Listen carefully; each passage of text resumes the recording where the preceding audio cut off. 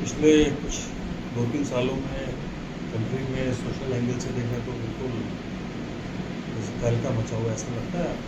क्या क्या important social issues हैं आजकल कंट्री में? सर सोशल इश्यूज में लिव इन रिलेशनशिप्स चल रहे हैं आजकल, फैमिली स्ट्रक्चर को चेंज कर रहे हैं। और जैसे जो मैरिज का एज है वो अभी प्रोविजन आया है कि इक्वल मैरिज एज कर देनी चाहिए मेल और फीमेल के लिए। एंड LGBTQ इश्यूज चल रहे हैं जो जेंडर रिलेटेड है। अब क्या लगता है मेल फीमेल का सेम एज ठीक होना चाहिए या अलग अलग रहना चाहिए? सर इसके नुकसान भी है, फ़ायदे भी हैं। फ़ायदे में ये होता है कि इक्वालिटी आती है, बिकॉज आर्टिकल 14 से गिव्स राइट टू इक्वालिटी। तो एंड उसमें सेक्स एक क्राइटेरिया होता है कि right to equality should be on sexual basis also. तो इक्वल मैरिज एज करते हैं तो हमारे पास प्रोविजन रहता है कि इक्वालिटी आ रही है। एंड नेगेटिव में ये रहता है बिकॉज सोशल कस्टम है कि चाइल्ड मैरिज होता है एंड विमेन की शादी थोड़ी जल्दी प्रेफर करते हैं। तो हम लॉ से अगर चेंज करने के लिए कोशिश करेंगे तो एक सोसाइटी से बैकलैश क्रिएट होगा कि वो नहीं चाहेंगे। तो बता सकते हैं गवर्नमेंट ऑफ इंडिया के अभी सोशल रिफॉर्म्स के इम्पोर्टेंट प्रोग्राम्स कौन से हैं government of India?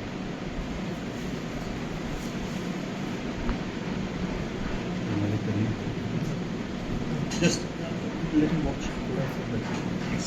Sir government of India के सोशल रिफॉर्म्स के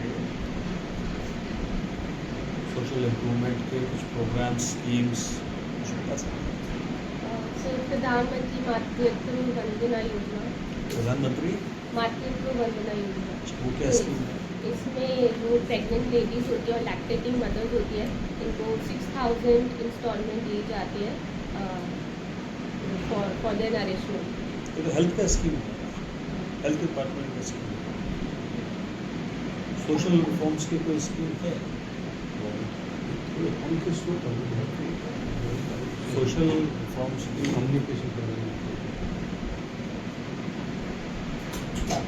सर एक मंत्रालय भी है ना government of India, ministry of social reforms and justice. Ministry of social justice.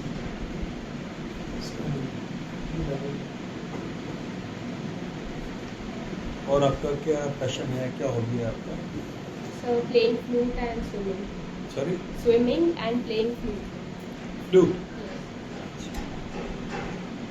World का टॉप फ्लूटिस्ट कौन है? सर पंडित हरि प्रसाद चौरासी। वर्ल्ड के या इंडिया के? सर वर्ल्ड में भी उन्होंने नाम कमाया है तो मेरे अकॉर्डिंग तो है वर्ल्ड में। अभी इसके फ्लूट के इवेंट्स होते हैं national level, state level events, I mean competitive events. Sir I don't know. और क्या सब्जेक्ट्स थे आपको सोशोलॉजी का? सर ग्रेजुएशन में I had business administration. Business administration. और थर्ड सब्जेक्ट? सर सोशोलॉजी में हमारे सब फील्ड्स थे जैसे economic sociology, gender sociology, sociological theories. आपको क्या लगता है बिजनेस एडमिनिस्ट्रेशन में जो आपको बुक्स में पढ़ाया जाता है वो कितना यूजफुल होता है practical business sector? Sir I think theoretical तो पढ़ाया जाता है बट साथ में प्रैक्टिकल नॉलेज भी चाहिए है। तो उसके लिए आई थिंक जो हमें बिजनेस मॉडल्स है उनका प्रैक्टिकल नॉलेज गेन करना काफ़ी इंपॉर्टेंट हो जाता है।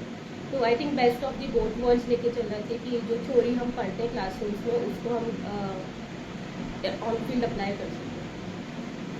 बिजनेस एडमिनिस्ट्रेशन के टॉप एकेडमिशियन जिनकी बुक्स वगैरह आपको पढ़ाई जाती है वो कौन है? Sir max weber. मैक्स? क्या उनका हाईलाइट क्या है, किसमें उन्होंने कुछ पर्टिकुलर उसमें अपना दिया है? सर उन्होंने फॉर्मल इंस्टीट्यूशंस के बारे में बताया है कि जैसे और one of the formal institution is bureaucracy itself.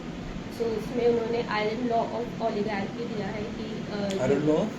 Iron law of oligarchy. Oligarchy, what is that?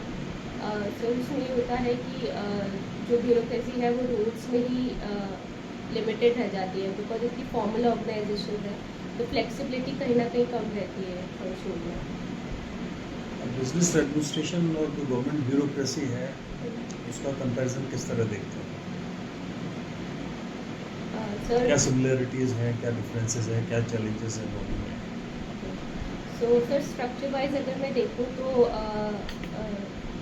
Spirit the corps मुझे दोनों में नज़र आता है, बिकॉज जब तक कॉपरेशन नहीं होगा दोनों ऑर्गेनाइजेशंस में वर्क हमारा स्मूथली फॉलो नहीं हो सकता। एंड डिफरेंसेस में मैं देखूँ तो बिजनेस थोड़ा प्रॉफिट सेंट्रिक रहता है और एडमिनिस्ट्रेशन में सोशलिस्टिक वैल्यूज़ पे ज़्यादा ध्यान दिया जाता है। आपको ऐसा लगता है कि प्राइवेट सेक्टर में एक टीम जो है एक टीम की तरह काम करते हैं और ब्यूरोक्रेसी में वो एंगल नहीं होता है, ऐसा लगता है? सर टीम वर्क तो दोनों में ही होता है आई थिंक। प्रैक्टिकली कहा तो ये जाता है, प्रैक्टिकली अगर आप देखें जो प्राइवेट एंटरप्रेन्योर है, प्राइवेट कॉर्पोरेट सेक्टर है, उसमें नीचे से ऊपर तक एक टीम एक सुर में बात करते हैं। जो गवर्नमेंट ब्यूरोक्रेसी है उसमें कई बार लेवल्स डिफरेंट लेवल्स पर ऐसा लगता है। सर आई थिंक थोड़ा डिफ़िकल्ट रहता है compare to private sector, because यहाँ पे स्ट्रक्चर जो लेवल्स होते हैं वो भी बढ़ जाते हैं। एंड कहीं ना कहीं हम देखते हैं तो टेक्नोलॉजी का यूज़ थोड़ा सा कम है अभी गवर्नमेंट सेक्टर में as compared to private sector. तो जो फ्लो बना रहना चाहिए जैसे फाइल्स के पास का वो स्लो हो जाता है। बाकी टीम वर्क तो रहता है बट कंपेरेटिवली स्लो रहता है। गवर्नमेंट के सबसे इम्पोर्टेंट प्रोग्राम्स बता सकते हैं? इसका है गवर्नमेंट के ये डायरेक्ट है। कंट्री के 3, 4, 5 सबसे Real इम्पोर्टेंट कोई बात कौन नहीं। सी स्कीम्स या प्रोग्राम्स हैं? तो बंद होगा या चलेगा? ठीक है, चल सकते हैं। गवर्नमेंट के सबसे इम्पोर्टेंट 3, 4 प्रोग्राम्स के बारे में बता सकते हैं? गवर्नमेंट ऑफ इंडिया की बात करते हैं। So sir one of the programmes is Ayushman Bharat. तो उसमें उसके 2 पार्ट्स है, प्रधानमंत्री जन आरोग्य केंद्र स्टैब्लिश करना and health and wellness centre establish करना। इसमें इंश्योरेंस कवर मिलता है 5 लाख का पर फैमिली को। एंड हॉस्पिटलाइजेशन एक्सपेंसेस जो होते हैं 3 days before admission and 15 days after admission, इसका कॉस्ट भी इंक्लूडेड रहता है। एंड अनदर प्रोग्राम इज स्वच्छ भारत अभियान। इसमें वेस्ट अभी मैनेजमेंट अभी तो पहले को कंप्लीट कर लीजिए आप, हम उसके बारे में और कुछ पूछेंगे। आपको कुछ इम्पैक्ट लगता है जो हेल्थ का आयुष्मान का प्रोग्राम है, जब तक ये नहीं था और ये आने के बाद में सोसाइटी में कुछ इम्पैक्ट महसूस करते हैं? यस सर, काफ़ी हद तक इम्प्रूवमेंट्स हैं, बिकॉज पहले बिफोर दी स्कीम हमारा out of pocket expenditure around 62% रहता था। और इसको आयुष्मान भारत आने के बाद एक हम लोगों को 5 लाख तक का कवर तो मिल जाता है, तो उससे हम लोग एडमिशन होते हैं तो मेडिसिन भी फ्री आ जाती है। तो I think health care sector में एक रेवोल्यूशनरी स्टेप है। और दूसरा कौन सा प्रोग्राम बता रहे हैं आप? दूसरा सर स्वच्छ भारत अभियान है रूरल डेवलपमेंट के लिए एंड सैनिटेशन को जो कवर टैकल करता है। इसमें वेस्ट मैनेजमेंट जो solid and liquid waste management है उसको कवर किया जाता है। एंड रिसेंटली जो अभी इसका नेक्स्ट फेज चालू हुआ है, इसमें ये प्रावधान है कि जो वेस्ट ट्रीटमेंट है उसका भी हो, मतलब ओपन डेफिकेशन के अलावा वेस्ट ट्रीटमेंट को ज़्यादा। ऐसा लगता है आपको कि स्वच्छता अभियान जैसे एक आई वॉश है दिखाने के लिए जगह जगह टॉयलेट्स बन गए, या एक्चुअल में भी इम्पैक्ट आया है इसका? एक्सपीरियंस आपका ऑब्जर्वेशन? सर कहीं पे मुझे टॉयलेट्स बने हुए दिखे हैं और कहीं पे नहीं भी दिखे हैं। एंड सेकेंड इशू ये है जहाँ बन गए हैं उधर भी रेजिस्टेंस है सोसाइटी की तरफ से कि हमें यूज़ नहीं करना है, because they are used to going into the field. तो आई थिंक हमें वो आस्पेक्ट भी टैकल करना चाहिए कि सिर्फ इंफ्रास्ट्रक्चर बनाने से पॉलिसी का जो ऑब्जेक्टिव है वो फुलफिल नहीं होता, बिहेवियर चेंज भी ज़रूरी आप है। सोशियोलॉजी की स्टूडेंट रही हैं, इस तरह का गवर्नमेंट प्रोग्राम अगर लोग एक्सेप्ट नहीं कर रहे हैं तो should be that. So, sir, I think one of the approaches would be I would use emotional intelligence. So, उसमें social persuasion का काफ़ी महत्वपूर्ण हिस्सा होता है। सेकेंडली मैं NGOs की हेल्प लूँगी जो ऑलरेडी वहाँ पे उस फील्ड में वर्क कर रही है, तो उनका कनेक्शन उनके साथ ऑलरेडी इस्टेब्लिश होगा। तो एक कॉन्फिडेंस हासिल करने में इजी रहेगा। एंड थर्डली जो हमारे जैसे बॉलीवुड में मूवीज़ है जो इस इशू को स्पेसिफिकली टैकल कर रही है, उसकी मैं वीकली स्क्रीनिंग्स करा सकती हूँ, जिससे इम्पोर्टेंस पता चले साइंस इशू की। अभी आपने कहा कि गवर्नमेंट ब्यूरोक्रेसी में सेक्टर में टेक्नोलॉजी का अच्छा से यूज़ नहीं हो रहा है। आपको नहीं लगता कि गवर्नमेंट प्रोग्राम्स में टेक्नोलॉजी का, आपने गति शक्ति के बारे में सुना? गवर्नमेंट का एक गति शक्ति है, what is that? Artificial intelligence based है, एआई बेस्ड है ना आजकल ये प्रोग्राम। गति शक्ति सुना आपने? मंत्रालय की है गति शक्ति। सर अभी आई कांट टेक। ये जीआई टैग क्या होता है? सर जीआई टैग को जोग्राफिकल इंडिकेशन टैग बोलते हैं। ये एक ऐसे टैग्स होते हैं जो पर्टिकुलरली एक जोग्राफी में ही पाए जाते हैं, और बिकॉज इनकी एक यूनिक कैरेक्टरिस्टिक्स होती है, जो मैन्युफैक्चरिंग उनकी जो क्वालिटीज़ होती है वो इसी जोग्राफी में मिल जाती है। तो वो ऐसे राजस्थान में कुछ जीआई टैग कुछ आइटम्स को मिला हो, कोई आइटम आपको याद है? जैसे जयपुर का ही जैसे ब्लू कॉटन है, और बीकानेर की जैसे बीकानेरी भुजिया है, कोटा डोलिया है, सोजत की सोजत मेहंदी है। बहुत सुंदर। कुछ एक पक्षी को भी जीआई टैग मिला है, कौन सा पक्षी है पता नहीं? सर खाने का पक्षी है वो, टेबल बर्ड है, उड़ने वाला बर्ड नहीं। आज भास्कर पढ़ा नहीं आपने? उसमें था? नहीं, भास्कर नहीं पढ़ा। भास्कर में आया था। चला नहीं हो। तो वर्ल्ड हेरिटेज साइट्स क्या होती है? सर ये ऐसी मॉन्यूमेंटल साइट्स होती हैं जो काफ़ी टाइम से चली आ रही हैं। इनका मतलब इनका जो बनाया गया था वो एंशिएंट टाइम्स में बनाई गई थी, और उनका सर्वाइवल अभी भी रह गया है। और मतलब इनको प्रोटेक्ट करने के लिए, because they are part of our heritage, तो इनकी कंजर्वेशन के लिए इनको वर्ल्ड हेरिटेज साइट स्टेटस दिया जाता है। वर्ल्ड हेरिटेज साइट राजस्थान में भी है? यस सर, जयपुर में जंतर मंतर है। और सर हमारे 6 फोर्ट्स हैं राजस्थान में। कौन से? सर आमेर का किला, काबरौन, रणथंभौर, चित्तौड़गढ़, गागरोन के दुर्ग का दूसरा नाम क्या है? सॉरी, गागरोन का जो दुर्ग है, जो आपने कहा ना वर्ल्ड हेरिटेज साइट, उसका जो दूसरा नाम भी है? सर वाटर दुर्ग, वाटर दुर्ग है, जल दुर्ग को या वाटर फोर्ट को, ये दोनों वर्ड एक से आ जाता। जल दुर्ग कहें या वाटर फोर्ट। एक अपने यहाँ लोहागढ़ भी है, वो क्या उसका क्या कितना लोहा लगा, कहाँ है Lohagarh? Sir I think Bharatpur में है, बट लोहा का कितना लोहा लगा उसको बनाने में लोहागढ़ में? Sir I don't know.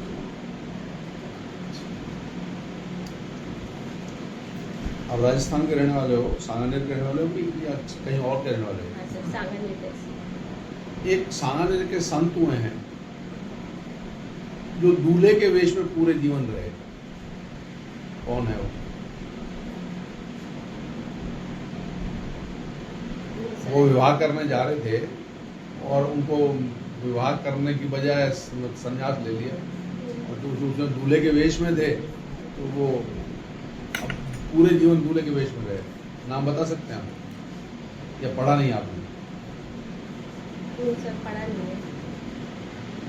अच्छा है लेकिन लोक पूज्य देवता किसे कहते हैं? लोक पूज्य देवता।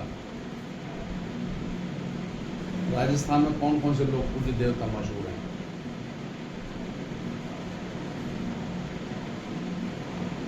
सर पाबू जी। हाँ, पहले तो लोक पूज्य देवता कहते किसे हैं? पाबू जी या सीज वन होते हैं। पाबू जी, हड़गू जी, ऐसे और बहुत सारे नाम हैं। सर लोक देवता जो लोकल कम्युनिटीज़ के में जो हीरोज़ को ने कुछ ऐसा काम कर दिया है जो मतलब बहुत ही करेजियस माना जाता है, उनको फिर सोसाइटी पूजने लग जाती है, तो इसलिए उनका नाम लोक देवता पड़ जाता है। And some of them are Pabu ji, Hadgu ji, Ramdev ji, Mangliya ji. एक कहावत है, चूड़ावत मांगी सेनानी सिर काट दियो है छत्राणी, क्या मतलब है इसका? सर इसमें जो चंद्रावत जी थे सनम्बर के राजा थे, तो वो लड़ने जा रहे थे, तो लेकिन उनकी नई नई शादी हुई थी, तो इसलिए वो जब वॉर फील्ड में थे तो उनको काफ़ी याद आ रही थी उनकी अपनी वाइफ की, तो उन्होंने अपना सोल्जर भेजा कि उनकी वाइफ के पास, तो जो वो वाइफ थी उससे रानी जी, उन्होंने अपना सर काट के ले गया था, जिससे जो राजपूत वो जो सनम्बर के राजा थे वो अपना वॉर क्षेत्र में अपना धर्म। वंश भास्कर एक पुस्तक है राजस्थान का, किसने लिखी है? Sir I can't read for that. Rajatarangini किसने लिखी है? रजत रंगनी, पद्मावत, पद्मावत मलिक मोहम्मद जैसी। पद्मावत में क्या गाथा है, किसकी गाथा है? तो चित्तौड़गढ़ के राजा रतन सिंह जी एंड पद्मावती जी की कहानी है उसमें, तो अलाउद्दीन खिलजी का जो अटैक होता है चित्तौड़गढ़ फोर्ट में, उसमें कैसे जो रानी पद्मावती जी है उन्होंने जौहर कर लिया था, इसके बारे में बताया गया है। हमने चित्तौड़ की बात करी है, तो चित्तौड़ से एक और कैरेक्टर जुड़ा हुआ है, मीरा का। Yes, sir. मीरा के बारे में पढ़ा है कुछ, आपने नहीं पढ़ा? Yes, sir. कुछ पढ़ा है। मीरा का जो शुरू के पद हैं वो हिंदी में लिखे हुए हैं, लेकिन बाद के जो उनके उत्तर काल के पद हैं वो गुजराती में लिखे हुए हैं। वजह क्या है? पता नहीं सर। मीरा को अपने जीवन के उत्तर काल में राजस्थान छोड़ करके गुजरात क्यों जाना पड़ा? ये तो आसान प्रश्न है। उसकी वजह यही थी जो मैंने आपको क्वेश्चन पहला पूछा था, इसकी वजह यही थी। मीरा को अपने जीवन के उत्तर काल में राजस्थान छोड़कर गुजरात जाना पड़ा, उसकी वजह क्या थी? पहले बताओ। नहीं सही नहीं पता। मीरा के बारे में नहीं पढ़ा, बड़ी उत्तर होगी राजस्थान को पता नहीं, पूछेंगे नहीं पूछेंगे, पूछिए तो पूछ लो।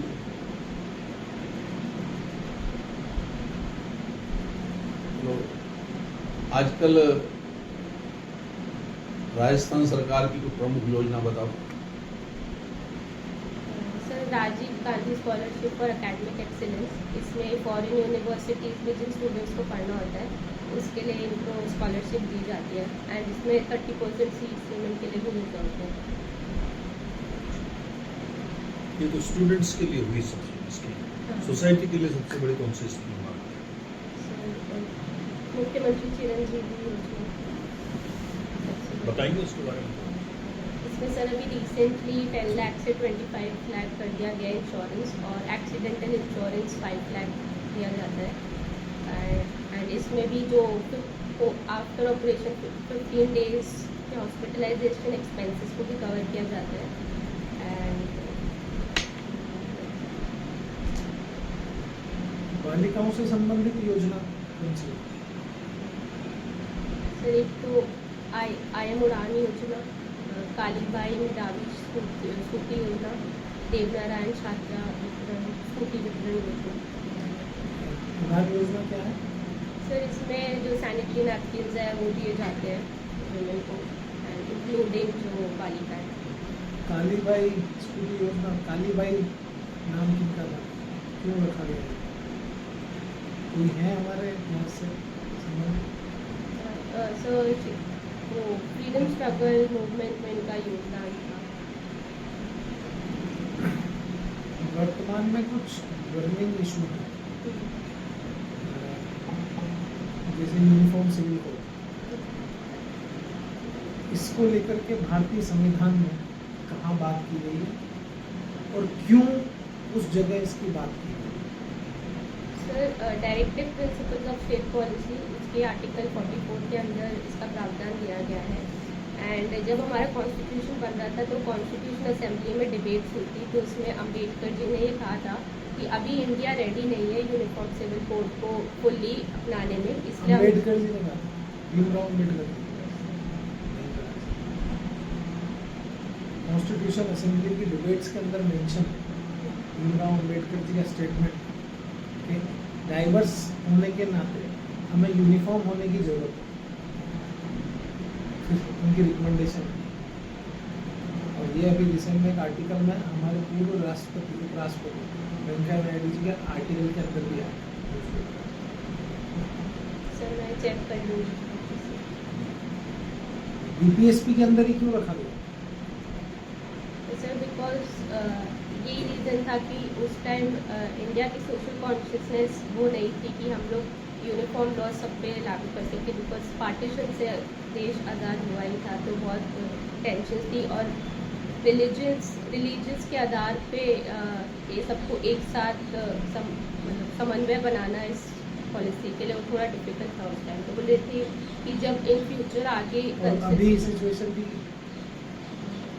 सर अभी आई थिंक हमें स्टेप बाय स्टेप जाना चाहिए। जैसे इसमें रिसेंट में भी एक नूह में इंसिडेंट हुआ, उसे देख करके यूसीसी आना चाहिए।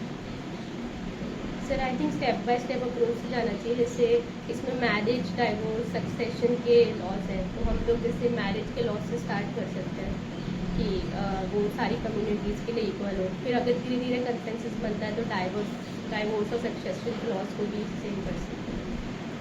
फेजेस में इसे इम्प्लीमेंट करें। ये आपकी रिकमेंडेशन है? सर आई थिंक ये रेडी मतलब स्टार्टिंग पॉइंट हो सकता है। आप अगर उस नूह क्षेत्र की एसडीएम होते और वो इंसिडेंट होता तो पहला स्टेप आपका क्या होता?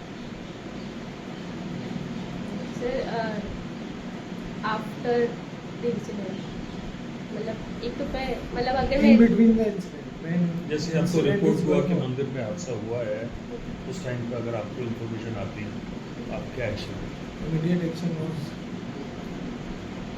तो सर जो वहाँ के जो डीएसपी है मैं उनको कांटेक्ट करती कि एडुकेट पुलिस फोर्स वहाँ पे लगाएं, जिससे जो क्लैशेज है वो थोड़े कम हो सके।